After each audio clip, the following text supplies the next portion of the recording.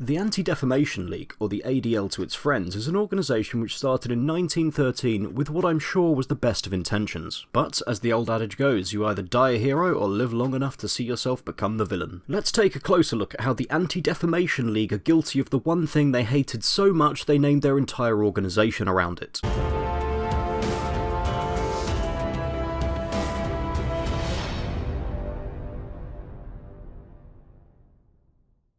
The ADL recently haven't inspired much confidence, but they really took the biscuit when they went on the attack against beloved games company Valve that run the gaming platform Steam. They conducted a survey in which 1,045 people responded, and only 751 of those people played online games. The survey itself looks at positive and negative gaming experiences, and the positive experiences include the kind of nonsense you'd expect from somebody who studied feelings at university and had never actually had a conversation with a real person. The positive experiences listed on the survey include learned about themselves, belonged to a community, and found a mentor. If these are the reasons you play competitive online games, you're going to be left extremely disappointed. It then continues on to the negative experiences with the naive vigour of somebody that's never been trolled before or spent time on the internet outside of their echo chamber. And as far as I can tell, the majority of their claims are anecdotal, with the most solid piece of evidence they have for hateful content to back up their claims is this. Firstly, this screenshot is from the video game Fortnite, which isn't even available through Steam, but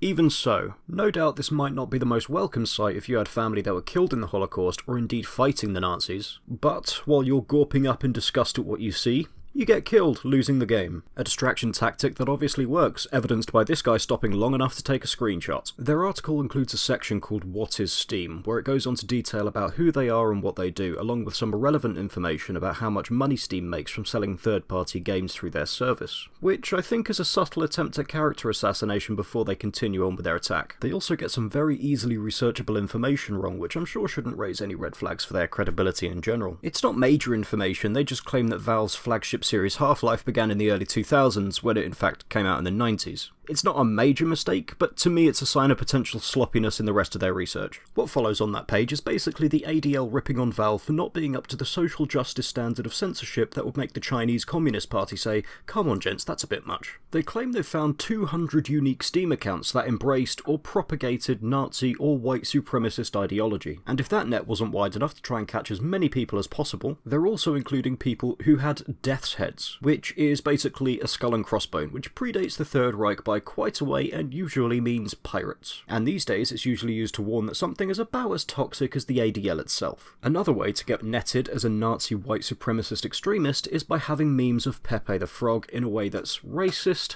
anti-Semitic, or otherwise bigoted, and then in the same paragraph go on to say that because these 200 out of over 1 billion of all accounts have qualified as hateful in the vague description given by a group with a hair-trigger emotional state of a misgendered Karen at a Trump rally, that Steam is somehow signalling acceptance of this stuff, and are encouraging others to become Nazis. Because that's how Nazi recruitment works, right?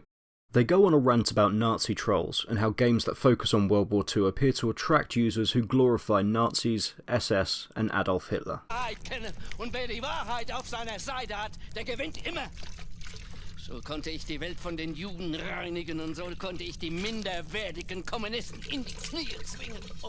Yep, so glorious. They cite several examples with screen grabs of people posting anti-Semitic stuff. Some do seem nasty and intent to cause offence, sure, but some just look like regular internet banter. They continue on, pointing out several terrible people who had Steam accounts, from the Christchurch shooters to a few other far-right figures in America. But to me this seems pretty pointless. I mean, so what? I'm sure far more evil people have used an Xbox or a PlayStation, and they've got social media aspects on them too, so why the emphasis on Steam? And if you look into anything in enough detail, you'll find some nasty people. Do you know why? Because they're still humans that do human things like play video games, eat breakfast, and drink water. At this point, the article starts to read more like an opinion piece than an actual study. They go on to mention several Steam users and Steam groups. Given the amount of Steam users and Steam groups there are, it's an extremely negligible amount. They go on to talk about a particularly violent video game, up there with the likes of Postal 2, called Hatred. This game was removed for a time from the Steam store, but I'm happy to say that it's now back up. Why am I happy about this? I'm so glad you asked. I think giving any person or group the ability to censor the media and entertainment we have access to is a big,